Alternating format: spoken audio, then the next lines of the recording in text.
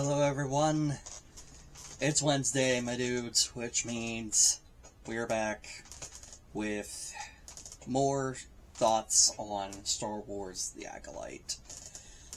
This time we are covering episode 4. This is the non-spoiler video, and I'm just gonna dive right into it. Much like last week, I'll be real, guys, I was kind of bored sitting and watching this one. I know this episode was only like 30-something minutes long, but even then, I felt like some of it could have been trimmed back. Like, there were just some scenes that I just did not feel like were necessary. And it's weird calling some scenes filler or padding when the episode's only half an hour long, but it definitely felt like it. Like, for instance, like having to fly all the way back to Coruscant for a meeting that could have been held over, hologram, a meeting that could have been an email, just that type of thing. Like, I don't know if the whole opening bonding thing between May and the character that Daphne Keene's playing, I can't think of her actual character name. I don't know if that scene was really needed, or seeing her doing little, like, lightsaber stances with the fake weapons. I don't think going back to Coruscant at all was necessary. And later there's a scene where Saul basically tells May why he's bringing her along on this mission, but yet not like 10 minutes ago, Yord and May were speculating why Saul brought her here. Like, trust your audience to be smart, guys. Like, we didn't need him to outright say, yo, this is why I brought you. Like, we kind of could gather that just from like, the scene with Yord. Speaking of whom, I'm sorry, I don't like the dude. I don't like Yord. Like, the dude gives me Rent-A-Cop vibes. That, like, he's trying to be bigger shit than he actually is. With the whole civilian and you're gonna have to give me that gun back and all this other shit. And it's just like, dude, you are trying way too hard. And I'm not digging it. That's no shade on the actor. It's very much shade on the character. Although, if we're gonna go back to talking about actors, the gentleman who is playing Jedi Master Saul, I'm not going to try and pronounce his name because, white boy from Ohio shouldn't be pronouncing, foreign names. I'm awful at it.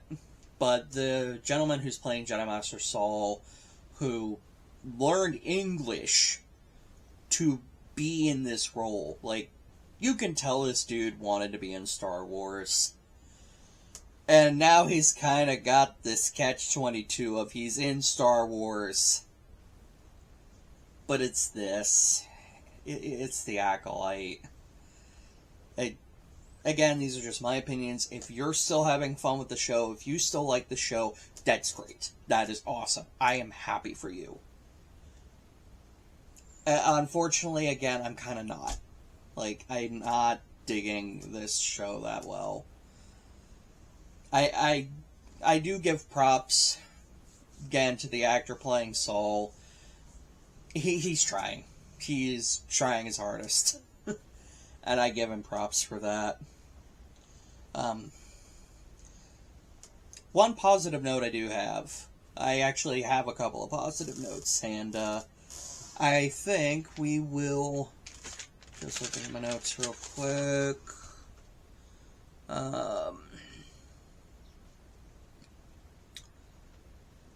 Yeah, we're going to end on some positive notes, just because I like to try to do that. Although I do have one real quick question. I don't know if anybody noticed this, or if it's gonna get pointed out on any news articles, I try not to read those because it opens me up to the utter toxicity that is the internet, which I realize the paradox of me stating that while also at the same time making YouTube videos. Again, if any of y'all are gonna, discuss, be nice, please. Anyway. Like, I don't know if anybody noticed this, but, like, what is the deal with the Wookiee drawing, like, basically yin and yang symbols all over his house? Like, did anybody else notice that? And, like, why? Why is it there? It's just weird. Anyway, so the two positive notes I'm gonna end on. Well, one's positive, the other one's just kind of, Sorry, there's only one positive note. I'm sorry. The tree scene with the bugs. I feel like that could have been a really cool scene if it wasn't over in the span of 50 seconds. Like, if that had been like a full action scene, I think that could have been really cool. But, alas, yeah, it's just kind of over and done with. Which, again, I'm really wondering, because, like, I've heard over and over that the Acolyte got, like, double the budget that they gave to the Obi-Wan Kenobi series. Which, shame on you, Kathy. Shame on you.